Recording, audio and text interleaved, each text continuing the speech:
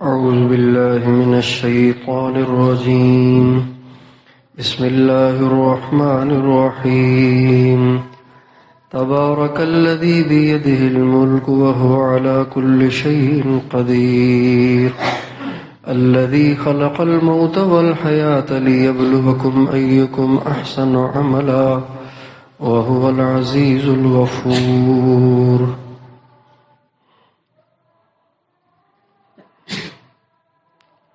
قرآن مجید کے 29ویں پارے کی یہ پہلی سورت ہے جس کا نام سورہ ملک ہے، اور یہ ہجرت سے پہلے نازل ہوئی تھی۔ جو سورتیں مکی ہیں وہ ہوتی ہیں کہ جو ہجرت سے پہلے نازل ہوتی ہیں، چاہے مکے میں اتریں چاہے باہر اتریں، اور جو مدنی کہلاتی ہیں وہ صورتیں ہیں جو ہجرت کے بعد اتری ہیں، چاہے مدینے میں اتری ہوں چاہے کہیں سفر میں اتری ہوں۔ تو یہ صورت مکی ہے، یعنی ہجرت سے پہلے اتری ہے۔ یہ ساری صورت ایمانیات سے بھری ہوئی ہے۔ اللہ تعالیٰ نے اس میں ایمانیات کو بیان کیا ہے، اور یہ بڑی جامع صورت ہے، اور اس صورت کے بڑے فضائل ہیں۔ نبی کریم صلی اللہ علیہ وسلم کا ارشاد ہے کہ قرآن مجید میں ایک صورت ایسی ہے جس کی آیتیں 30 ہیں، اور جو اس کو پڑھتا رہتا ہے قیامت کے دن وہ صورت اس کے لیے شفاعت کرے گی۔ پھر آپ نے فرمایا وہ صورت تبارک الذی ہے۔ اور ایک روایت میں یہ الفاظ بھی آئے ہیں کہ یہ صورت ایسی صورت ہے کہ جو قیامت کے دن خاصمت لصاحبہا، یہ اپنے پڑھنے والے کے لیے اللہ تعالیٰ سے حجت تک کرے گی۔ صرف درخواست نہیں کرے گی، حجت بھی کرے گی، نہیں آپ نے اس کو بخشنا ہے، حجت کرے گی۔ بلکہ ایک روایت میں یہاں تک بھی آتا ہے کہ اللہ تعالیٰ سے کہے گی کہ یا اللہ، قیامت کے دن اللہ تعالیٰ سے کہے گی یا اللہ، یا تو میرے پڑھنے والے کو بخش دے یا پھر مجھے اپنے قرآن سے نکال دے۔ یہ کتنی بڑی بات ہے۔ ہمارے نبی کا ارشاد ہے کہ قرآن مجید سفارش کرنے والا ہے، اور اس کی سفارش رد نہیں ہوگی، اس کی سفارش قبول ہوگی۔ تو سورہ ملک ان صورتوں میں سے ہیں جو اس زور کے ساتھ اپنے پڑھنے والے کے لیے سفارش کرے گی۔ نبی کریم صلی اللہ علیہ وسلم کا ارشاد ہے لَوَدِدْتُ أَنَّهَا فی قلب کل انسان من امتی، میرا دل چاہتا ہے کہ میرے ہر امتی کے سینے میں یہ سورہ ملک حفظ ہو، اسے یاد ہو۔ یہی الفاظ سورہ یاسین کے بارے میں بھی آئے ہیں کہ آپ علیہ السلام کا ارشاد ہے میرا دل چاہتا ہے کہ سورہ یاسین میرے ہر امتی کو یاد ہو۔ اور سورہ ملک کے بارے میں بھی آپ علیہ السلام کا ارشاد ہے لَوَدِدْتُ أَنَّهَا فِي قَلْبِ كُلِّ إِنسَانٍ مِّنْ أُمَّتِي، میری خواہش ہے، میری آرزو ہے، میرا دل چاہتا ہے کہ یہ صورت میرے ہر امتی کو یاد ہو۔ اب یہ ہمارے نبی کی خواہش ہے، اس لیے ہمیں سورہ ملک یاد ہونی چاہیے، سورہ ملک یاد ہونی چاہیے۔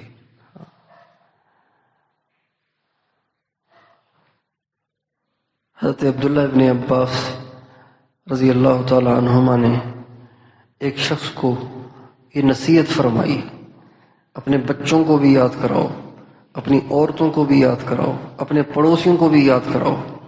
یہ صورت ایسی ہے، اگر اس صورت کو ہم پڑھنے والے بن گئے تو قبر کے عذاب سے ہماری حفاظت ہوگی۔ ہمارے نبی کا ارشاد ہے سورہ ملک قبر کے عذاب سے نجات دلانے والی ہے۔ حدیث شریف میں آتا ہے کہ ایک آدمی کو قبر میں رکھا جائے گا اور عذاب اس کے پاؤں کی طرف سے نکلنا چاہے گا. قبر کا جو عذاب ہوگا وہ اس کے پاؤں کی طرف سے اس کی طرف آنا چاہے گا.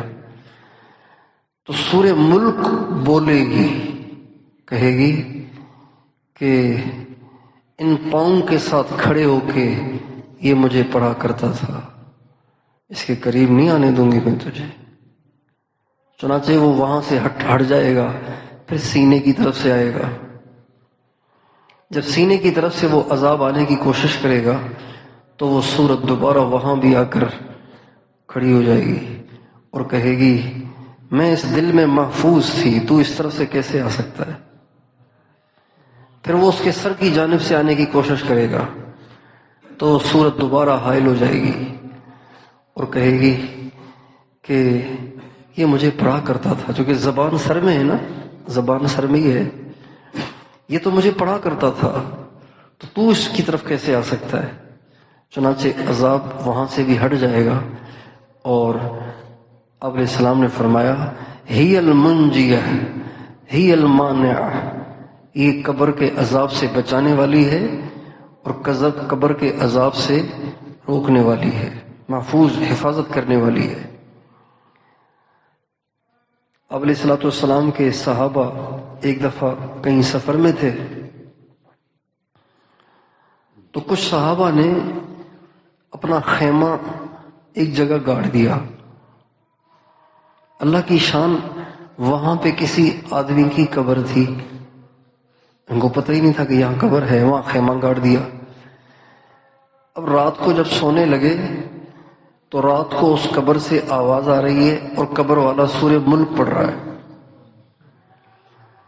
نبی کریم صلی اللہ علیہ وسلم کو یہ قصہ واپس آ کے سنایا گیا. آپ علیہ السلام نے فرمایا یہ سورت قبر کے عذاب سے نجات دلانے والی ہے، اس لیے سورہ ملک پڑھنی چاہیے، یاد کرنی چاہیے، بچوں کو، عورتوں کو، سب کو یاد کرانی چاہیے. نبی کریم صلی اللہ علیہ وسلم کی عادت شریفہ یہ تھی، اما عائشہ رضی اللہ عنہا فرماتی ہیں آپ کبھی بھی نہیں سوتے تھے، چاہے سفر میں ہوں، چاہے حضر میں ہوں، اپنے علاقے میں ہوں، چاہے سفر میں ہوں، کبھی بھی نہیں سوتے تھے جب تک کہ 2 سورتیں نہ پڑھ لیں، ایک سورہ الف لام میم سجدہ اور ایک سورہ ملک. اس سے پہلے آپ سوتے ہی نہیں تھے. بلکہ ایک حدیث میں یوں بھی آتا ہے کہ جو آدمی مغرب اور عشاء کے درمیان سورہ الف لام میم سجدہ اور سورہ ملک کو پڑھ لے تو اس کو شب قدر کی عبادت کا اجر ملتا ہے. تو ہمیں سورہ ملک یاد کرنی چاہیے. 30 آیتیں ہیں. رمضان کا مہینہ شروع ہو گیا ہے، کوئی بالکل ہی ذہن کے لحاظ سے بیچارہ کمزور ہے، غوی ہے، ایک آیت بھی روزانہ یاد کر لے تو 30 دن میں، رمضان میں سورہ ملک اسے یاد ہو سکتی ہے. روزانہ 2 آیتیں یاد کرے تو 15 دن میں ہو سکتی ہے. 3 آیتیں یاد کرے تو 7-8 دن میں ہو سکتی ہے، 10 دن میں ہو سکتی ہے. تو سورہ ملک ہم خود بھی یاد کریں، اپنے بچوں کو بھی اس کا عادی بنائیں. ایک دفعہ ہمارے بھائی صاحب رات کو لیٹنے لگے تو بستر پہ لیٹ گئے تھے، فرمانے لگے کہ تم حافظ ہو؟ میں نے کہا نہیں. فرمایا تم آدھے مولوی ہو. بھائی صاحب فرماتے تھے جو عالم حافظ نہیں ہے وہ آدھا مولوی ہے. پھر فرمانے لگے سورہ ملک تو یاد ہوگی نا؟ میں نے کہا ہاں وہ یاد ہے. پھر بھائی صاحب نے ساری سورہ ملک سنائی، اس کے بعد سوئے. ہمارے بزرگوں کے ہاں اس کا اہتمام رہا ہے اور ہمارے نبی کی خواہش بھی ہے اور آپ کی عادت شریفہ بھی ہے، تو ہمیں بھی اس کا اہتمام کرنا چاہیے. اللہ تعالیٰ اس صورت میں فرماتے ہیں تبارک الذی بیدہ الملک، بابرکت ہے وہ ذات جس کے ہاتھ میں ہے بادشاہی. یہ جو تبارک کا لفظ ہے نا، اللہ تعالیٰ نے اپنی ذات کے لیے 9 دفعہ استعمال کیا ہے قرآن پاک میں. کتنی دفعہ؟ لفظ تبارک کو اللہ تعالیٰ نے اپنی ذات کے لیے 9 دفعہ استعمال کیا ہے. تبارک بابرکت ہے، اللہ تعالیٰ کی ذات بابرکت ہے. کیسے؟ اکیلا ہے، ساری دنیا کو جلا رہا ہے، تو ہوگی نا بابرکت. ایک ادارے کو کتنی بڑی ٹیم چلاتی ہے، ایک ادارے کو کتنی بڑی بڑی ٹیم چلاتی ہے. ایک کارخانے کو چلانے میں کتنے لوگ ہوتے ہیں؟ سینکڑوں لوگ ہوتے ہیں. ایک مل کو چلانے کے لیے کتنے سینکڑوں لوگ ہوتے ہیں. لیکن اللہ تعالیٰ کی ذات ایسی باکمال ہے، ایسی بابرکت ہے، ایسی باکمال اور ایسی بابرکت ہے، اتنی بڑی اور عظیم الشان ذات ہے کہ 7 آسمانوں کا نظام بھی اس کے قبضے میں، 7 زمینوں کا نظام بھی اس کے قبضے میں، سیاروں ستاروں کا نظام بھی اس کے قبضے میں، بارشوں ہواؤں کا نظام بھی اس کے قبضے میں، سمندروں نہروں ندی اور نالوں کا نظام بھی اس کے قبضے میں، درختوں کا، پودوں کا، پھولوں کا، پھلوں کا، جھاڑیوں کا، کیڑوں کا، مکوڑوں کا، پرندوں کا، چوپایوں کا، انسانوں کا، جنات کا، فرشتوں کا اور لاکھوں قسم کی مخلوق کا سارا نظام اکیلا چلا رہا ہے. جی، نہ کوئی اس کا مددگار ہے، نہ کوئی اس کا مشیر ہے، کچھ بھی نہیں ہے.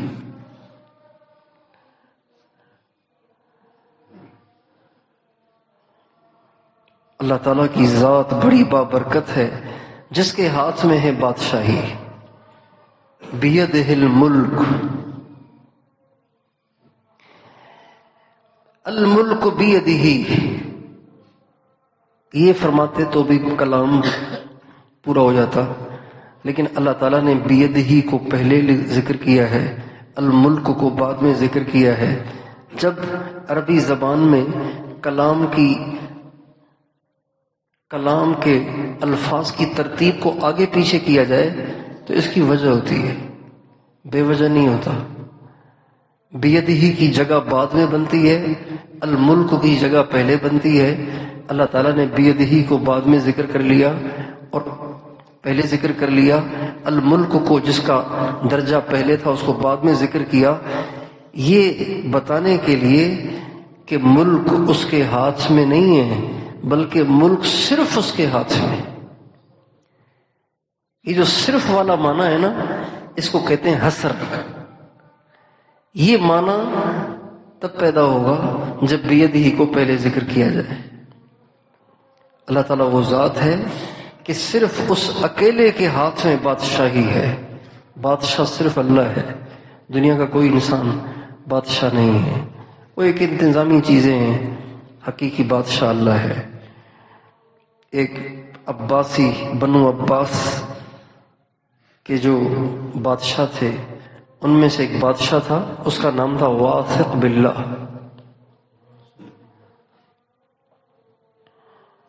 وہ بڑا ظالم تھا اور بڑا باروب تھا، بڑا صاحب جاہ و جلال تھا. بہت اس سے دنیا ڈرتی تھی، کوئی اس کے سامنے کھڑا بھی نہیں ہو سکتا تھا.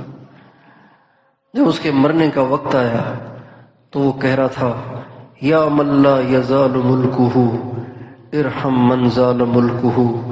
اے وہ بادشاہ جس کی بادشاہت کبھی ختم نہ ہوگی، اس بادشاہ پہ رحم فرما جس کی بادشاہت آج ختم ہو رہی ہے.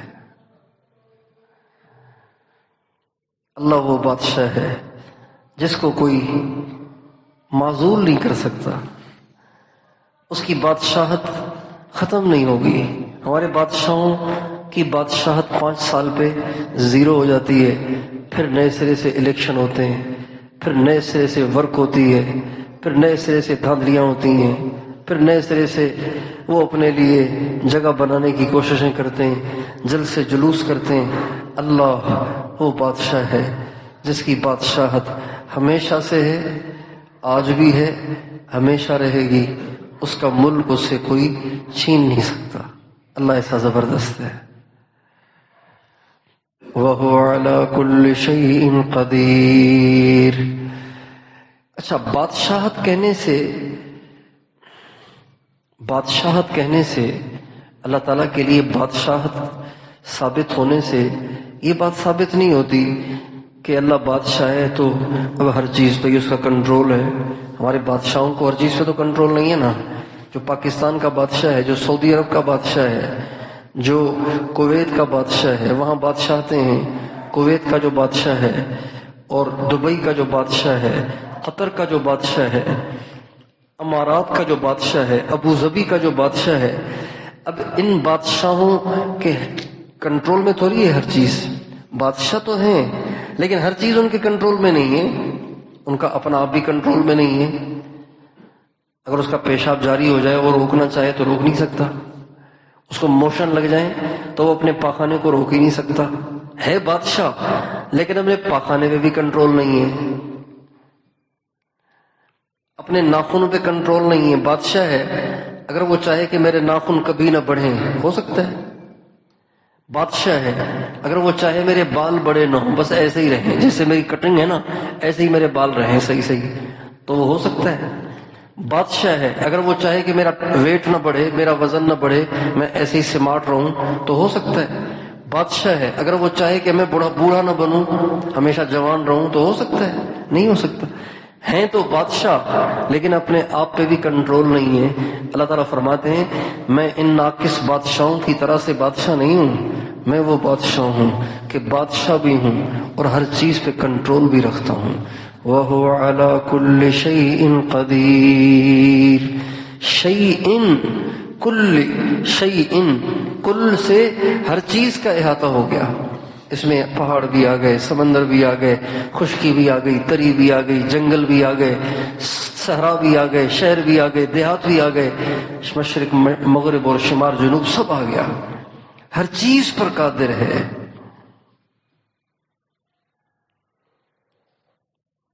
اب اللہ تعالیٰ نے یہاں پر 4 دعوے کیے ہیں. کتنے دعوے کیے ہیں؟ ایک دعویٰ تو کیا ہے کہ میں با کمال ہوں. ایک دعویٰ یہ کیا ہے کہ ساری دنیا میری مٹھی میں ہے، بیدہ الملک. اور تیسرا دعویٰ یہ کیا ہے کہ میں بادشاہ ہوں. چوتھا دعویٰ یہ کیا ہے کہ ہر چیز پر مجھے قدرت حاصل ہے. یہ 4 اللہ تعالیٰ کے دعوے ہیں. آگے جو آیتیں آ رہی ہیں ان آیات میں اللہ تعالیٰ نے اپنے ان دعووں کے دلائل دیے ہیں. اپنے ان دعووں کے دلائل دیے ہیں. یہاں پہ ایک بات یہ بھی ہے کہ اللہ تعالیٰ نے فرمایا بیدہ الملک، اللہ کے ہاتھ میں ہے بادشاہی. تو اللہ کا ہاتھ ہے. اللہ تعالیٰ نے اپنے لیے ہاتھ کا لفظ استعمال کیا ہے. تو قرآن مجید کے اندر کچھ چیزیں ایسی ہیں جن کو متشابہات کہتے ہیں.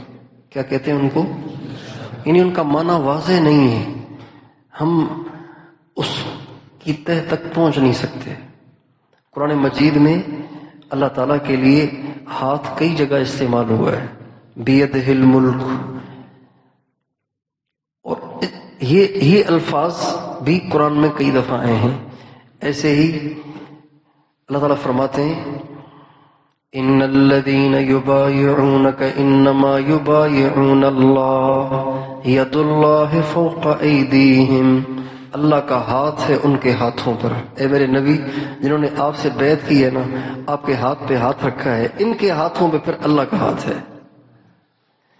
تو اللہ تعالیٰ نے اپنے لیے ہاتھ کا لفظ استعمال کیا ہے. تو اس ہاتھ سے مراد ہاتھ نہیں ہے، چونکہ اللہ تو ہاتھ سے پاک ہے نا. ہاتھ بھی ایک محتاجی ہے، یعنی ہاتھ نہ ہو تو آدمی کام ہی نہیں کر سکتا. تو اللہ تو محتاجی سے پاک ہے، لہذا ہاتھ سے مراد ہاتھ نہیں ہے. ہاتھ سے مراد کیا ہے ہم نہیں جانتے. یہ متشابہات ہیں، اس میں غور و خوض بھی نہیں کر سکتے اور اس کی تہ تک پہنچنے کی کوشش کرنا بھی جائز نہیں ہے. لہذا جیسے اللہ نے کہا ہے وہ ٹھیک ہے، ہم اسے تسلیم اور قبول کرتے ہیں. مطلب کیا ہے اللہ جانے. اگلی آیات میں اللہ تعالیٰ نے اپنے ان دعووں کے دلائل دیے ہیں، انشاءاللہ وہ ہم کل پڑھیں گے۔